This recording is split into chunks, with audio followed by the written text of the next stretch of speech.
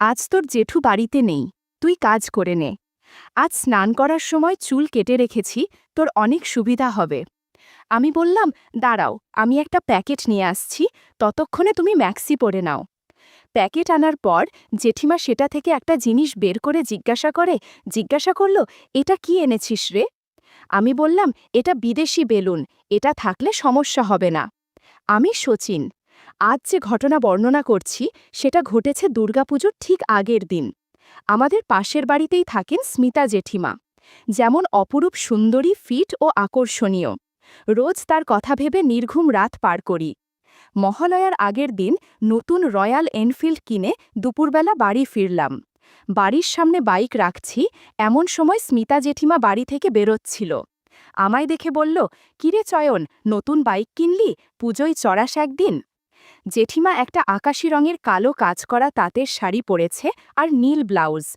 যেহেতু স্মিতা জেঠিমার বর আমার বাবার চেয়ে বড়, তাই বাধ্য হয়েই জেঠিমা বলি।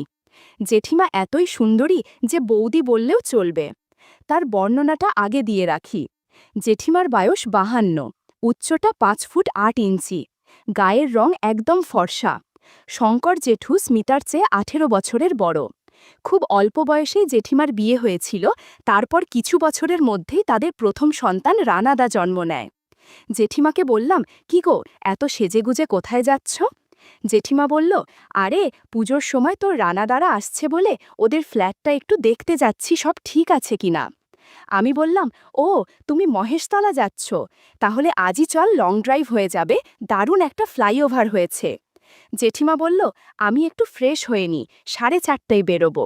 জেঠিমা খুব খুশি হয়ে গেল, আমিও খুব খুশি হলাম, অনেকটা রাস্তা জেঠিমার সাথে ঘুরতে পারবো। আমি একটা জিন্স আর টি শার্ট পরে 4:30টায় বেরোলাম। ফ্লাইওভারে ওঠার পরেই বৃষ্টি শুরু হয়ে গেল। দুজনই কাক ভেজা ভিজলাম।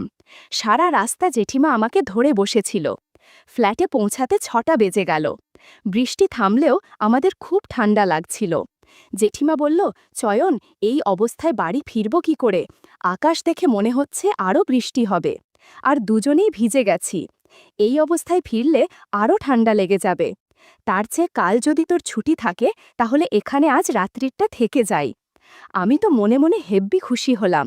যদি এই সুযোগে গল্প করা যায়, তাহলে তো ভাগ্য খুলে যাবে। আমি বললাম, কাল আমার ছুটি, কিন্তু খাবে কি আর পরবে কি? জেঠিমা বলল, একটা তোয়ালে আছে, ওটা আমি পরে নেব, আর তুই একটা গামছা পরে নিস। আর রাত্রিরে কিছু খাবার অর্ডার দিয়ে দিস। আমি স্নান করে আসি, আমার হয়ে গেলে তুই স্নান করে নিস। এই বলে জেঠিমা বাথরুমে ঢুকে গেল। আমি বারান্দায় দাঁড়িয়ে সিগারেট খাচ্ছিলাম। দারুণ লাগছিল 13 তলার বারান্দায় দাঁড়িয়ে গঙ্গা দেখতে। তখনও জানতাম না যে এর চেয়েও অনেক সুন্দর রাত আমার জন্য অপেক্ষা করছে।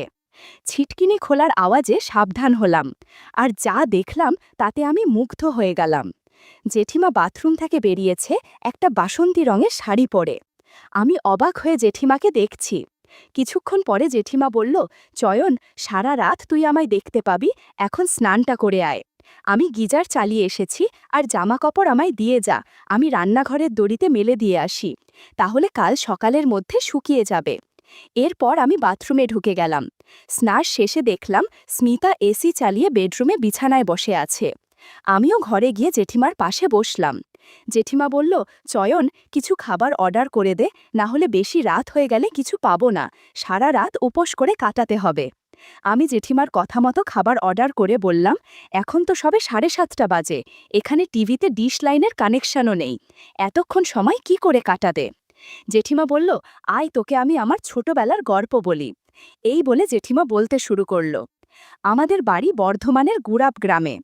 আমরা 6 বোন ও 2 ভাই। আমি হচ্ছি মেজো। অভাবের সংসার, তাই যখন তোর জেঠুর সাথে বিয়ের সম্বন্ধ এলো, বাবা ছেলে কলকাতায় থাকে বলে আর কোনো কিছু না দেখেই বিয়ে দিয়ে দিল। আমার তখন বয়স খুব একটা বেশি না, স্কুলে পড়তাম। পরীক্ষা দেওয়ার আগেই বিয়ে দিয়ে এখানে পাঠিয়ে দিল। তোর জেঠু আমার চেয়ে 18 বছরের বড়। তখন আমাদের এত পয়সা ছিল না। সারা দিন বাড়িতে কাজের লোকের মতো কাজ করতাম। বিয়ের 2 বছর পর তোর রানাদা হলো। তাতে আমার শরীর আরও খারাপ হয়ে গেল। তারপর তোর রানাদা যখন স্কুলে ভর্তি হলো, তখন ওকে পড়াতে পড়াতে আমি আবার কিছুটা পড়াশোনা করি। তারপর তোর রানাদা যখন ভালো চাকরি পেল আর তোর জেঠুরও পে কমিশন গঠনের পরে অনেক মাইনে বাড়ল, তখন আমাদের একটু পয়সা হলো। জেঠিমা বলছিল আর আমি দু চোখ দিয়ে মুগ্ধ হয়ে জেঠিমাকে দেখছিলাম। এবার জেঠিমা আমায় জিজ্ঞাসা করল, চয়ন, তোর গার্লফ্রেন্ড নেই? আমি বললাম, না, এখনকার মেয়েদের অনেক ঝামেলা আর মনের মতো কাউকে পাইনি, তাই নেই।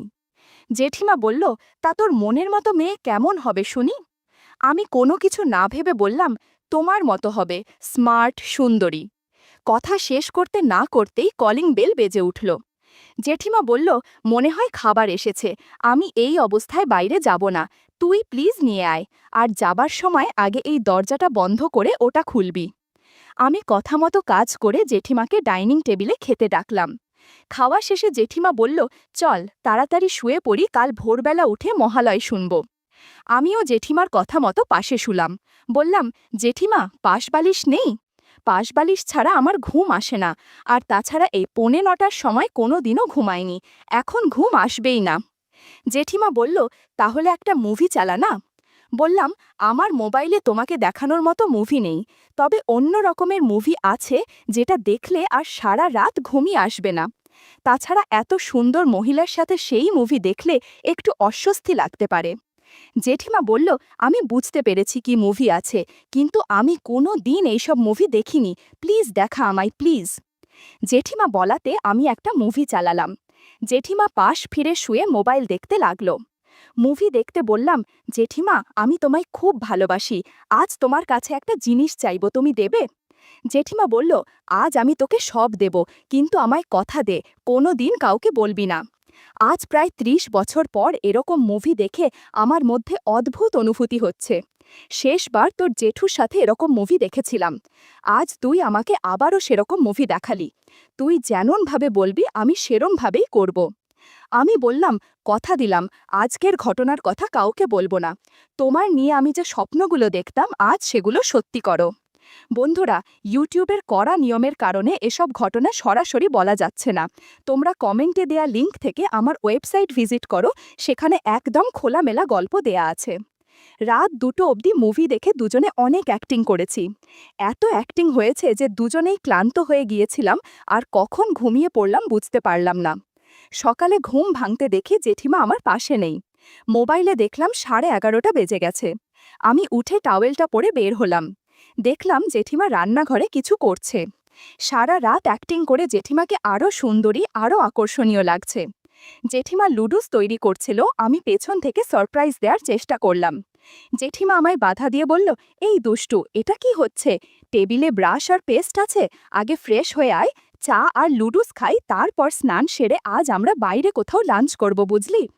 আমি বললাম, ঠিক আছে, কিন্তু আমি সন্ধ্যের আগে এখান থেকে যাব না, আমি দুপুরে তোমার সাথে খাবো, তাতেই আমার পেট আর মন দুটোই ভরে যাবে। জেঠিমা শুনে হেসে বলল, জো হুকুম মহারাজ, আমি তো আজ থেকে আপনার দাসী, আপনি যা বলবেন সেটাই আমার শিরোধার্য। তারপর আমি তাড়াতাড়ি ফ্রেশ হয়ে এসে টেবিলে বসলাম। জেঠিমা লুডুস আর চা নিয়ে আমার জন্য অপেক্ষা করছিল। আমি চা খেতে খেতে দেখতে পেলাম জেঠিমার গলায় ঘাড়ে লাল দাগ। আমি বললাম, জেঠিমাই, তোমার গলায় আর ঘাড়ে দাগ পড়ে গেছে? জেঠিমা হেসে বলল, কাল রাতে বড় একটা ছাড় পোকা কামড় দিয়েছে, এজন্য এরকম হয়েছে। বন্ধুরা, তোমরা নিশ্চয়ই বুঝতে পেরেছ কোন ছাড় পোকা কামড় দিয়েছে। জেঠিমা বলল, আমি একটা ক্রিম নিয়ে এসেছি, স্নান করার পর লাগিয়ে দিস। আমি ভাবলাম কাল রাতের ঘটনার কথা জেঠিমা বাড়ি গেলেই ধরা পড়ে যাবে। আমি একটু ভয় পেয়েই জেঠিমাকে জিজ্ঞাসা করলাম, আচ্ছা জেঠিমা, তোমার এই দাগ জেঠু দেখতে পেলে তো সমস্যা হবে, তখন কি বলবে? জেঠিমা আমার কথা শুনে হেসে বলল, ওরে আমার পাগল, এখন তোর জেঠু এসব নিয়ে মাথা ঘামায় না। আর আমি বাড়ি ফিরে একটা কাপ্তান পরে নেব, ফলে কেউ কিছুই বুঝবে না। আর ক্রিম লাগালে কমে যাবে, অত চিন্তা করিস না। আর যদি না কমে, তাহলে তোর জেঠুকে বলে দেব দুপুরে চিংড়ি মাছ খেয়ে অ্যালার্জি হয়েছে। আচ্ছা, যে জন্য আমরা এখানে থাকলাম সেটা কখন হবে? আমি জেঠিমাকে নিয়ে সোফায় বসালাম, আবার মুভি দেখব আর অ্যাক্টিং করব বলে। তখন জেঠিমা বলল, চয়ন, একটা সত্যি কথা বলবি, আমার আগে তুই আর কতজনের সাথে মুভি দেখেছিস আর অ্যাক্টিং করেছিস? আমি বুঝতেই পারছি তুই অ্যাক্টিংয়ের ব্যাপারে খুব পটু, আর রেগুলার অভ্যেস না থাকলে এরকমভাবে কেউ অ্যাক্টিং করতে পারে না। কি করে হলো এমন, বলো না আমায়, আমি কাউকে বলবো না। আমি বললাম, বলতে পারি, আমি তোমায় মিথ্যে কথা কিন্তু বলবো না। তবে তোমায় কথা দিতে হবে যে আমার অতীতের কথা শোনার পরও তুমি আবারও আমার সাথে অ্যাক্টিং করবে আর মুভি দেখবে। জেঠিমা বলল, আমি পাগল নাকি যে আনন্দ আমি পাচ্ছি তা থেকে আমি তোকে আর নিজেকে বঞ্চিত করব না। তুই আগে কোন কারোর সাথে অ্যাক্টিং করলেও আমার কোনো আপত্তি নেই। শুধু একটাই রিকোয়েস্ট করব, এখন থেকে যে কদিন আমার সাথে অ্যাক্টিং করবি সেদিন আর অন্য কারোর কাছে যাবি না। আমি তোকে খুব ভালোবাসি, অন্য কারোর সাথে দেখলে খারাপ লাগবে। আমি ঠিক করলাম শুধু অঞ্জলি মাসি আর ইতিকার সাথে করা অ্যাক্টিংয়ের কথাই জেঠিমাকে বলবো। তাই বললাম, এখন আমি তোমাকে ছাড়া আর কারো সাথে অ্যাক্টিং করব না, কিন্তু প্লিজ প্রত্যেক সপ্তাহে একবার করে তোমার বাড়িতে বা এখানে না হলেও সল্টলেকের একটা হোটেলে নিয়ে গিয়ে তোমার সাথে মুভি দেখব আর অ্যাক্টিং করব। এখন বলি, তোমার আগে আমি দুজনের সাথে অ্যাক্টিং করেছি। আমাদের বাড়িতে যে অঞ্জলি মাসি কাজ করেন না, তাকে আমি ক্লাস 11 থেকে গ্র্যাজুয়েশন অবধি অ্যাক্টিং করেছি। তবে এখন মাঝে মাঝে বাড়ি ফাঁকা থাকলে অ্যাক্টিং করি। অঞ্জলি মাসির কারণেই আমি অনেক দক্ষ। তখন তো আর কেউ ছিল না, তাই আমি রোজ রাতে সবাই ঘুমিয়ে পড়লে অঞ্জলি মাসির সাথে অ্যাক্টিং করে ঘুমিয়ে পড়তাম। মাঝে মাঝে দুপুরে বাড়িতে কেউ না থাকলেও করতাম। আমি যখন অঞ্জলি মাসির সাথে অ্যাক্টিং করতাম তখন মনে মনে তোমার কথাই ভাবতাম। কিন্তু আরও ভালো করে অ্যাক্টিং শিখি ইতিকা কাকিমার কাছে। আমি যখন আগে মুর্শিদাবাদে ছিলাম তখন তার বাড়িতেই পেইং গেস্ট থাকতাম। একটা ঘটনার পর আমরা পরস্পরের খুব কাছে এসে যাই, আর তারপর থেকে আমি রোজ 4-5 বার করে তার সাথে অ্যাক্টিং করতাম। জেঠিমা শুনে একটু হিংসে হলো আর বলল, তোর ইতিকা আমার চেয়ে অনেক সুন্দরী আর ইয়াং, এজন্যই তো রোজ অভিনয় করেছিস, তাই না? আমি বললাম, আরে না না, ইতিকা তোমারই বয়সী হবে আর আর একটু স্বাস্থ্যবান। আমি ইতিকা কাকির সাথে রোজ অ্যাক্টিং করতাম, কারণ ইতিকা কাকির কেউ ছিল না, সে বিধবা। সারা বাড়িতে আমরা দুজনেই থাকতাম, ফলে অনেক সুবিধা হতো। রোজ আমরা নতুন নতুন মুভি দেখতাম আর অ্যাক্টিং করতাম। আমার অ্যাক্টিংয়ে ইতিকা কাকিমা অনেক খুশি ছিল। আমাকে ছাড়া সে কাউকে কল্পনা করতে পারত না। রাতে ইতিকা কাকিমা নাইটি করে অ্যাক্টিং করত, সাথে আমিও অ্যাক্টিং করতাম। আমি যে 4 বছর ওখানে ছিলাম তার প্রত্যেক দিনই ইতিকা কাকিমার সাথে অ্যাক্টিং করেছি। আর এখন আমি যে 5 দিনের জন্য মুর্শিদাবাদ যাই তখন ইতিকা কাকিমার সাথেই থাকি। তুমি প্লিজ এখানে আমার সাথে অ্যাক্টিং চালিয়ে যাও, তাহলে রোজ 5 বার করে তোমার সাথে চর্চা করতে পারবো। জেঠুমা বলল, এত ভাগ্য করে আমি আসিনি রে, আমি যেটুকু সময় তোর সাথে থাকবো তাতেই আমার জন্য ভালো। নে, এখন আর প্লিজ সময় নষ্ট করিস না, তাড়াতাড়ি অ্যাক্টিং শুরু কর। জেঠিমার কথার সম্মতি পেয়ে আমরা আবারও অ্যাক্টিং চর্চা শুরু করলাম। 3 ঘন্টা সারা বাড়ির বিভিন্ন জায়গায় আমরা অ্যাক্টিং করেছি। সব রুম এলোমেলো হয়েছিল। সব গুছিয়ে আমরা লাঞ্চের জন্য বেরিয়ে গেলাম। আমাদের খাওয়া শেষ হলে ও জেঠুকে ফোন করে জিজ্ঞাসা করল, জেঠু কি বিরিয়ানি খাবে নাকি। জেঠু জানালো, জেঠুর এক বন্ধু বিদেশ থেকে এসেছে, ওরা একসাথে ড্রিঙ্ক করবে, তাই বাড়িতে এসে আর কিছু খাবে না, আর আসতেও 11টা বেজে যাবে। জেঠিমা খুব খুশি হলো, আমিও হলাম। জেঠিমা বলল, চল একটু শপিং করি, তারপর বাড়ি যাব। আমরা শপিং করলাম। জেঠিমা আমাকে একটা নীল রঙের খুব ভালো জামা কিনে দিল। আমিও ওকে একটা সিল্কের শাড়ি আর একটা নাইটি কিনে দিলাম। বাড়ি ফেরার পথে ওষুধের দোকান পড়ল। আমি বললাম, তুমি একটু দাঁড়াও, আমি একটা জিনিস কিনে আনছি। কিছুক্ষণের মধ্যে আমি একটা প্যাকেট নিয়ে ফিরে এলাম। জেঠিমা বলল, কি এনেছিস দেখি। আমি বললাম, বাড়ি গিয়ে দেখো, এখন চলো তাড়াতাড়ি। আমি জেঠিমার হাতেই প্যাকেটটা দিলাম বাইক চালাবো বলে। জেঠিমার সঙ্গে সঙ্গে প্যাকেটটা খুলে ফেলল আর ভেতর থেকে একটা জিনিস বার করে জিজ্ঞাসা করল। এই জেঠিমা প্রাণ খুলে অ্যাক্টিং করতে লাগলো। জেঠিমার অ্যাক্টিং আমাকে মোটিভেট করে তুলছিল। 2 ঘন্টা অ্যাক্টিং করার পর জেঠিমা বলল, আমাদের অ্যাক্টিংয়ে নতুনত্ব আনা দরকার। তাই ফ্রিজ থেকে একটা চকলেট সস নিয়ে আসলো আর বলল, এটা দিয়ে অ্যাক্টিং করতে তাহলে আরও ভালো হবে। বন্ধুরা, ইউটিউবের কড়া নিয়মের কারণে চকলেট সস দিয়ে করা ঘটনা সরাসরি বলা যাচ্ছে না। তোমরা কমেন্টে দেওয়া লিঙ্ক থেকে আমার ওয়েবসাইট ভিজিট করো, সেখানে একদম খোলামেলা গল্প দেয়া আছে। 30 মিনিট চকলেট সস দিয়ে অ্যাক্টিং করার পর আমরা একটু বিশ্রাম নিলাম। জেঠিমা জেঠুকে ফোন করে জিজ্ঞাসা করল, জেঠু এখন কোথায় আর কত দেরি হবে বাড়ি আসতে। এখন 10টা 39, জেঠুর দেওয়া সময় অনুযায়ী আরও 20 মিনিট আছে। জেঠিমা করুণ সুরে জিজ্ঞাসা করল, আর করবি না? আমি বললাম, করব, আগে সব গুছিয়ে নেই আর তুমি সব গুছিয়ে নাও। সারা ঘর অ্যাক্টিং চর্চা করতে করতে অগোছালো হয়ে গেছে। হঠাৎ জেঠু এসে পড়লে কোনো সমস্যা হবে।